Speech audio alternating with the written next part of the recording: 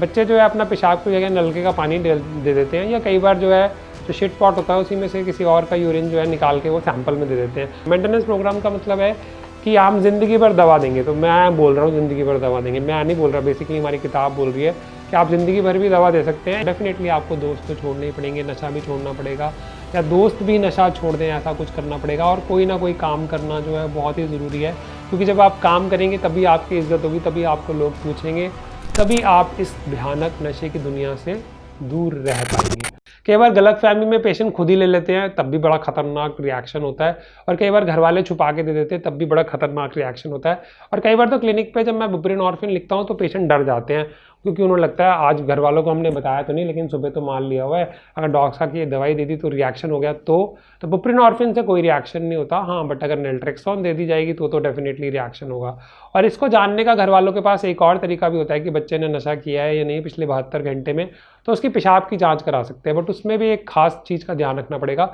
बच्चे जो है अपना पेशाब की जगह नलके का पानी दे देते हैं, या कई बार जो है जो शिट पॉट होता है उसी में से किसी और का यूरिन जो है निकाल के वो सैंपल में दे देते हैं। तो इसलिए ये भी बहुत इंपॉर्टेंट है कि जब सैंपल लिया जाए तो घर वाले भी बिल्कुल साथ ही हों, माँ हो या बाप हो, अदरवाइज नकली सैंपल भी चला जाएगा और वो नकली नेगेटिव रिपोर्ट भी आ सकती है। तो ये भी बहुत ज़्यादा इंपॉर्टेंट है। तो अगर कोई बोल ही रहा है कि मैं नशा लेता हूँ फिर तो बात ही खत्म होगी, बट अगर कोई बोल रहा है कि मैं नहीं लेता तो ये भी एक तरीका है जिससे हम पता लगा सकते हैं। उसके अलावा एक नैलेक्सोन चैलेंज टेस्ट भी होता है। अगर नैलेक्सोन हम इंजेक्शन लगाएंगे तो पेशेंट को फिजिकली दिक्कत होने लगेगी, उससे भी पता लग जाएगा कि उसने नशा लिया है कि नहीं।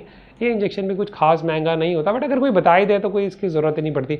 और कई बार क्लिनिक पे ऐसा होता भी है कि सच में नहीं लिया, अगर हम ये दवा देंगे तो पता लग जाएगा, तो बता देते हैं 90% लोग कि हाँ उन्होंने लिया है या नहीं।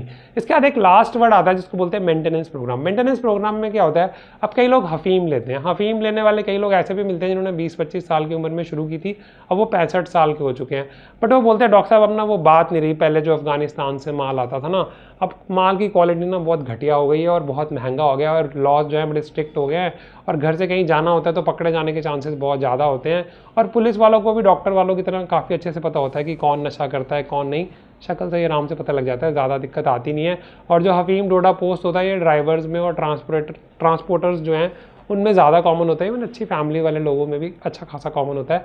बट अफीम जो है वो ब्राउन शुगर और इनके मुकाबले तो काफ़ी बेटर नशा होता है, लेकिन क्योंकि अब इसकी प्योरिटी ख़राब हो गई है तो इसमें भी प्रॉब्लम आ गई। कई लोग तो बोलते हैं लकड़ी का बुरादा मिला देते हैं, कई लोग चारकोल मिला देते हैं, कई तरह की चीज़ें जो हैं वो मिला देते हैं इन चीज़ों में, तो उसकी वजह से प्रॉब्लम आती है। तो वो लोग भी छोड़ने के लिए आते हैं, लेकिन वो ये बोलते हैं कि हम ना ज़िंदगी भर नहीं छोड़ सकते, अब इतने साल हो गए हमें लेते हुए।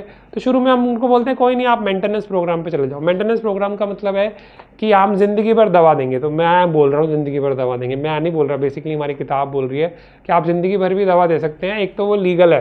अब इसके फ़ायदे क्या क्या हैं, एक तो वो लीगल है तो आपको कभी पुलिस नहीं पकड़ेगी, आप इवन अब्रॉड भी जा सकते हैं पर्चा लेके। जैसे कई मेरे पेशेंट्स हैं जो बहुत रिच है और वो कनाडा जाना चाहते थे, उनकी फैमिली भी वहाँ रहती थी, बट वो उनको डर लगता था कि अगर नशा नहीं मिला तो क्या होगा, तो वो पर्ची बनवाते हैं, बुप्रेनॉर्फिन लेते हैं और कनाडा आराम से घूम के आ जाते हैं, तो कोई रोकता नहीं है।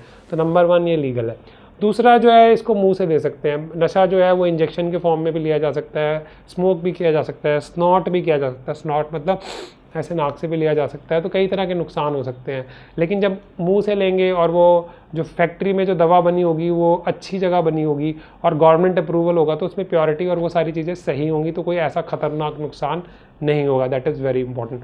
दूसरी बात है, आपको सारा दिन ये नहीं ढूंढना पड़ेगा कि मुझे नशा कहाँ से मिलेगा, मैं कहाँ जाऊँ, कहाँ से नशा लूँ, कहाँ फिर मैं नशे से बाहर निकलूँ, फिर नशे के अंदर रहूँ। तो वो सारे इफेक्ट भी खत्म हो जाएंगे, तो लोग इकोनॉमिकली प्रोडक्टिव हो जाते हैं। इकोनॉमिकली प्रोडक्टिव मतलब वो सारा काम जो ध्यान जो है वो अपने काम पे लगा सकते हैं। कई बार तो ऐसा होता है, मैं एज ए डॉक्टर कहता हूँ कि अब इसको दवा छोड़ देनी चाहिए, पेशेंट खुद भी तैयार होता है दवा कम करने के लिए, छोड़ने के लिए, उसकी वाइफ है, उसके घर वाले तैयार नहीं होते। उनको लगता है कि डॉक्टर साहब पहले तो ये हज़ारों रुपये बर्बाद करता था, क्योंकि जो स्मैक ब्राउन शुगर है इनका खर्चा जो है वो लगभग 1 से लेके 5,000 तक भी हो सकता है पर मंथ। 500 रुपये की पुड़िया भी लेते हैं लोग, कुछ लोग क्वार्टर बोलते हैं, मतलब चौथा हिस्सा होता है वो 300-500 रुपये का आता है। कईयों को 2,000 का माल मिलता है, कईयों को 1,000 का मिलता है, कई लोग बेचते हैं तो उनको फ्री का भी मिलता है। डिपेंड करता है कौन कैसे जुगाड़ करता है, क्योंकि जो नशे का खर्चा है ना वो लगभग 1,000 से लेके 5,000 रुपये पर डे हो सकता है, 500 रुपये भी हो सकता है कुछ मामले में। जबकि दवाइयाँ जब कम हो जाती हैं तो 30-40 रुपये की पड़ती हैं, और अगर कम डोज पावर की आ जाती है तो वो तो 15-20 रुपये की पड़ती है पर डे।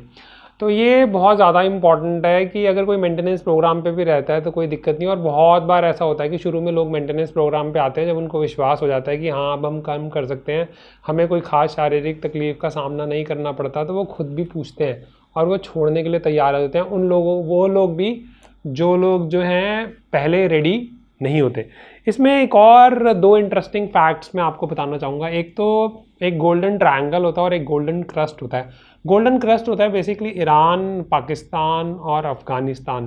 तो एक्चुअली जाने अनजाने में अगर हम नशा ले रहे हैं तो हम ईरान, अफ़गानिस्तान और पाकिस्तान का फ़ायदा कर रहे हैं बजाय अपने देश का। अपना बेड़ा गर्क तो हम कर ही रहे हैं। उसके अलावा जो तीसरा गोल्डन ट्रायंगल आता है वो आता है थाईलैंड, म्यांमार और वियतनाम वगैरह का। यहाँ पर भी जो है वो ओपियम की खेती होती है, तो ये दूसरा एंगल है। उसके बाद जो एक और चीज़ है वो ये है कि 5% 95% लोग तो ऐसे होते हैं जो कॉपरेट करते हैं, वो टैबलेट्स पे आ जाते हैं। कोई जल्दी कम कर लेता है, कोई बाद में कम कर लेता है, कोई मेंटेनेंस प्रोग्राम पे चला जाता है, बट 5% पेशेंट जो है वो काफ़ी परेशान करते हैं। वो लोग क्या करते हैं कि जब उनके पास पैसे होते हैं तो वो नशा करते हैं, स्मैक या ब्राउन शुगर। जब उनके पास पैसे ख़त्म हो जाते हैं तो एक आधी स्ट्रिप लेने के लिए वो आ जाते हैं, उसके बाद फिर 6 महीने गायब हो जाते हैं, फिर वो इस पैटर्न में रहते हैं। तो 95% लोग तो कॉपरेट करते हैं, इसमें तो कोई फैक्ट नहीं है, बट जो 5% पेशेंट हैं वो बहुत तंग करते हैं।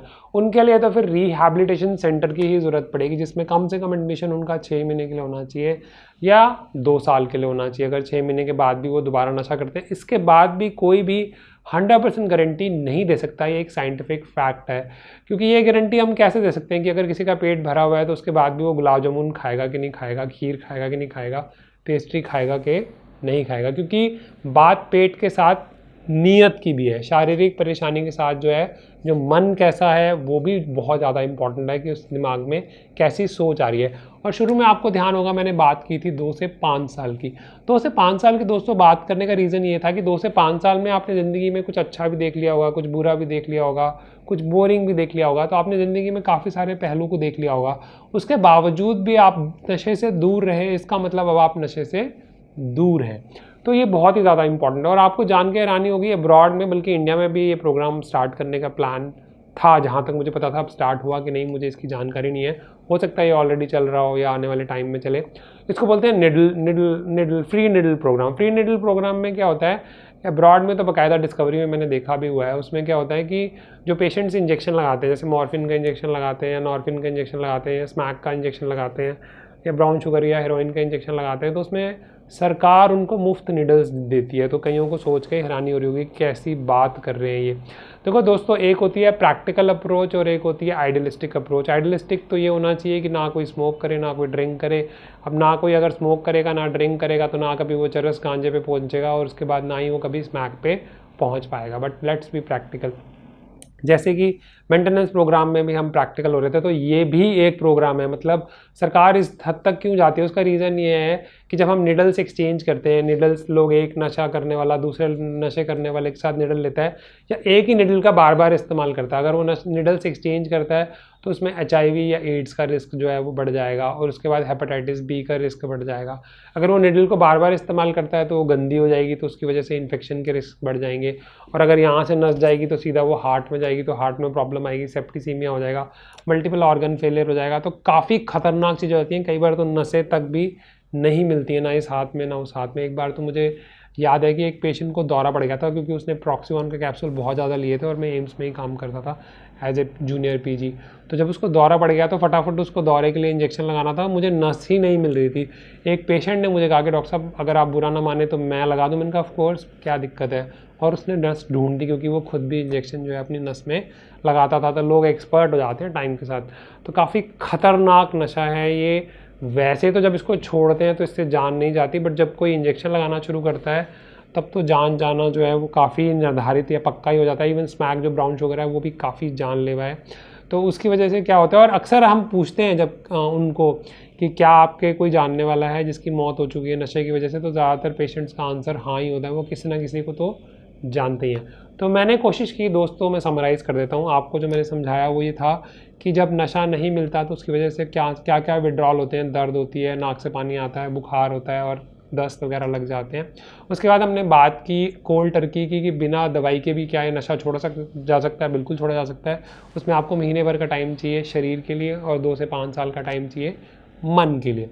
उसके बाद हमने बात की डिटॉक्सिफिकेशन की, जिसमें अगर हम एडमिशन करके करें तो 15 दिन ही काफ़ी हैं, और अगर लेकिन एडमिशन पे खर्चा करने की ज़रूरत नहीं है, लेकिन अगर आप मोटिवेटेड हैं तो, क्योंकि घर पे तो डॉक्टर आएगा नहीं, तो 15 दिन, महीना या 1.5 महीना आप अगर आप घर पे ही रहने के लिए तैयार हैं तो दवा लेने के बाद आप 1-1.5 महीने के बाद इस दवा को कम कर सकते हैं। उसके बाद नेल्ट्रेक्सोन स्टार्ट कर सकते हैं, जिसके बीच में गैप जो है वो 2 दिन से लेकर 7 दिन का होना चाहिए, बट 90% लोग इसके लिए रेडी नहीं होते, साइंटिफिक फैक्ट तो यही है।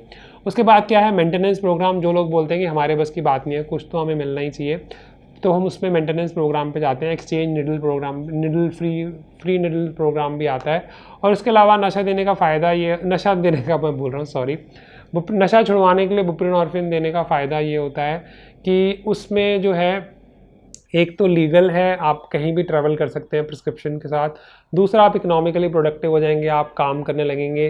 तो आप जब काम करने लगेंगे तो आपका रुतबा बढ़ जाएगा, आप नशे से दूर हो जाएंगे, और डेफिनेटली आपको दोस्त तो छोड़ने ही पड़ेंगे, नशा भी छोड़ना पड़ेगा, या दोस्त भी नशा छोड़ दें ऐसा कुछ करना पड़ेगा। और कोई ना कोई काम करना जो है बहुत ही ज़रूरी है, क्योंकि जब आप काम करेंगे तभी आपकी इज़्ज़त होगी, तभी आपको लोग पूछेंगे, तभी आप इस भयानक नशे की दुनिया से दूर रह पाएंगे। तो आज के लिए दोस्तों इतना ही। मैं उम्मीद करता हूँ कि मैं आपकी मदद कर पाया हूँ, और मैं उम्मीद करता हूँ कि आपका मन का जो डाउट है कि डॉक्टर साहब ने नशे में डाल दिया, अब बाहर कैसे निकले, तो मैंने आपको सारे तरीके बता दिए। जो आप अप्लाई करना चाहें, खुद से अप्लाई करना चाहें कोल्ड टर्की, तो भी कोई प्रॉब्लम नहीं है, तो आपको विल पावर की ज़रूरत पड़ेगी। बाकी अगर दवाई देते हैं तो किसी तरह की कोई विल पावर की ज़रूरत नहीं पड़ती, सिर्फ डिसिप्लिन की ज़रूरत होती है। तो दोस्तों आज के लिए इतना ही। आप अगर नशा करते हैं तो भी आपको छोड़ देना चाहिए, और अगर आप वीडियो देख रहे हैं जो घर के मेंबर्स हैं, जो जिन घर में कोई और करता है, तो भी छुड़वा देना चाहिए, क्योंकि आने वाले समय में इसके साथ काफ़ी ख़तरनाक साइड इफ़ेक्ट्स हो सकते हैं। और जो सबसे बड़ी प्रॉब्लम होती है कि लोग जो है वो काम के लायक नहीं रहते, और जब काम के लायक हम नहीं रहते तो हमारी इज़्ज़त भी नहीं रहती है।